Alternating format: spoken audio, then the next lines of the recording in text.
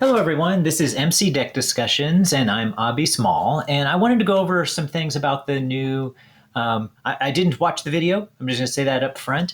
But I read this design journal on introducing current and legacy environments, and in my mind, I felt like this clarified things a lot. Like I said, I didn't watch the original video. I just watched other people's YouTube videos on it, which was awesome. Thank you for doing those videos, by the way, all those who did them. But to me, this really clarified things quite a bit. And I wanted to go over why I think this is likely to be a very positive thing. Of course, it depends on how it actually rolls out, how they do this. But the idea of current and legacy environments, and they talk specifically about why that would still be a good thing, even in a non-competitive game, a cooperative game like Marvel Champions. And of course, that's where I'm going to focus on, is on Marvel Champions.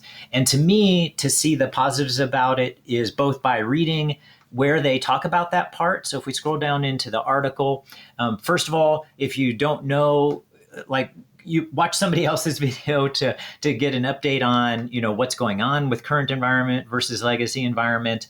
You can get all the details there, or you can read this article. I'll be sure to link this article. This article was also linked in Villain Theory's video. So if you watch his video on it, I think that's a place where you can get the link to this too. And plus, it's a great video. Plus, there was lots of YouTubers actually put out some really good videos on it. I don't want to miss anybody who did, but just, all the people who did, I thought they were all great videos. So I highly recommend them all. So what I want to do, though, is scroll down to this part here. So first of all, just to establish at least this base knowledge.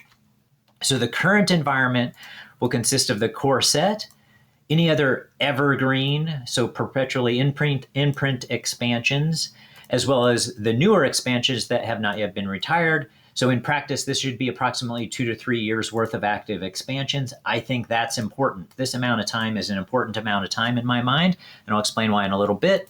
Okay. And then they will provide precise lists of what is considered current environment. So that'll be maintained and updated. It says by each line, but in particular, I care about Marvel Champions. So let's continue to scroll down till we get down to the part. Here it is. So these are co-op games. Why does environment matter?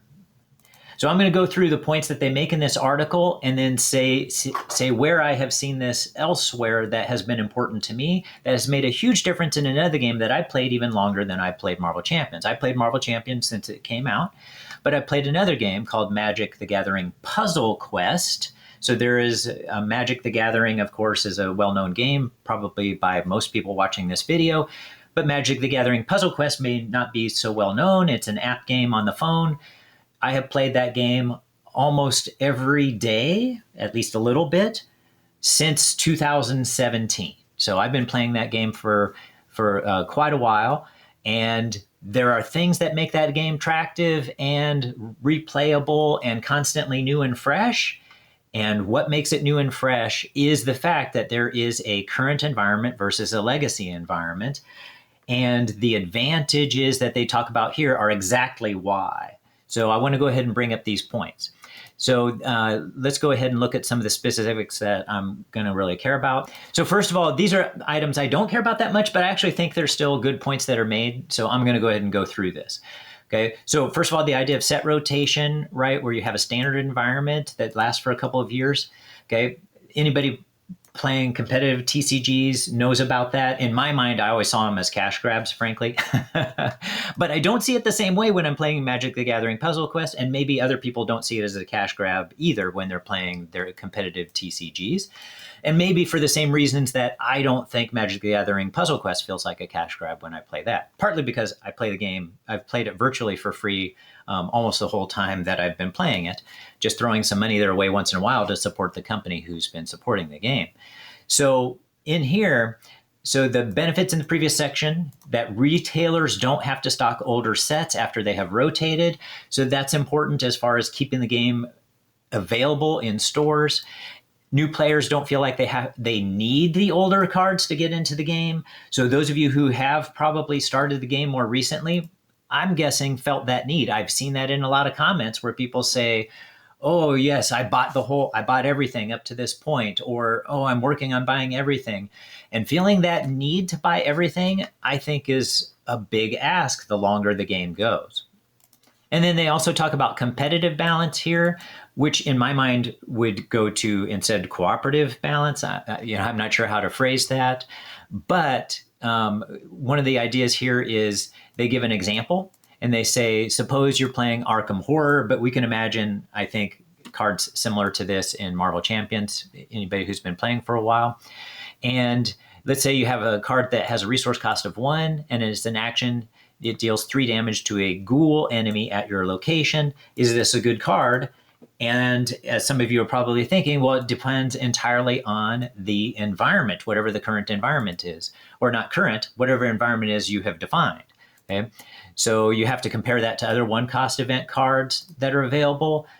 Are there ones that are more efficient? Are there different types of cards that are not event cards, that are cards that actually stay out? Right?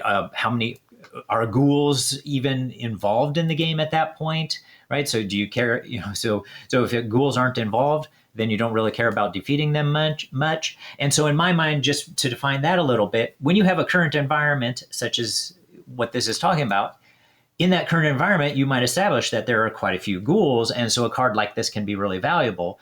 But in a legacy, overall, there might not be very many ghouls, so that card overall would tend not to have much value unless you're playing against decks that have ghouls. So if you are in your mind building for legacy builds versus building for the current environment, then those are very different ways that you are building those cards, and it adds an element of fun.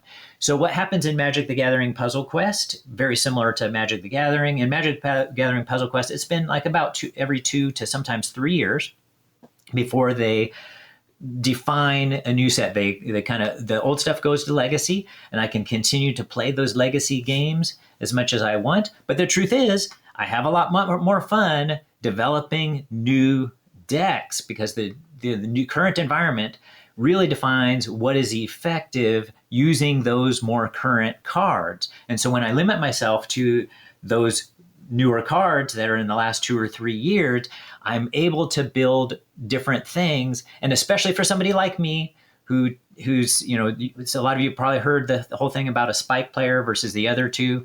Frankly, I can't even remember them because I'm pretty much a spike player. It is very difficult for me, it's just a mental thing for me. I have a block building decks that suck. So using cards that are bad. But when you have a lesser defined amount of time, some of those greatest cards you're no longer using, or because they're not part of the current set. And so because you're not using them, you refine yourself to just the current cards, and you end up getting some great builds that could even compete with some of the older builds. And you can always test that out. It's, oh, hey, how good is this in, the legacy environment as well? But it's just more fun. It keeps it fresh, just limiting yourself to that bit. Now you could artificially do that, but when it's official, it just is more natural to have it happen. And if everybody has that same defined set, we are all know what we're talking about when we have a current set. And we'd have to, when we publish decks, we'd probably have to also indicate, maybe a date on there. Of course, they already say how old they are when they're built, but that could be, something you're going to want to define when you put in your decks. When you put them on Marvel Champions, MarvelCDB, is this a legacy build or is this a current build? And I think that leads to a lot more exciting things, especially for those putting out new decks. And I also think that's more encouraging for newer players who are putting decks on MarvelCDB, that they have a chance to maybe get their decks looked at because they're building them for the new environment, for the current environment a lot of the time. And, so they don't necessarily have to worry about that they have all these legacy cards that people who've been playing the game since the beginning, like myself. So I just think there are a lot of positives here. Certainly this could be done in a poor way. For now, we'll watch and see. I'm willing to give FFG the benefit of the doubt at least with what they've done so far with this particular game with Marvel Champions. And I overall think the potential here is really good for continuing to allow new players to come in and feel comfortable coming in. I think the reasons they mention here are all solid reasons and reasons I relate to. Like I said, so I'll just show you real quickly with Magic Puzzle Quest that I play on my phone. And here's their other website. I do recommend this, by the way. It's not about this. But those of you who have been looking for something perhaps that you can play as an app that might give you some feels that are similar to those that you get in Marvel Champions, I think this is a good way to get that, right? It's not a competitive, it's a competitive game, but you don't actually play directly against people. It's actually pretty cool the way it's handled. But, you know, this isn't about that. I just thought I'd mention it real quickly. All right. So let me see if there are any last minute things in here. I don't want this video to go too long. I do recommend reading the article, by the way, and even this part too. How do these changes affect FFG's approach to design? If somebody wants me to cover this part, I can always cover it in a video as well. But there are a lot of great thoughts in there too. So like I said, though, I'll link the article, and I do recommend other people's videos. Have a great one, everybody. Oh, be sure to like and subscribe if you enjoy this type of content.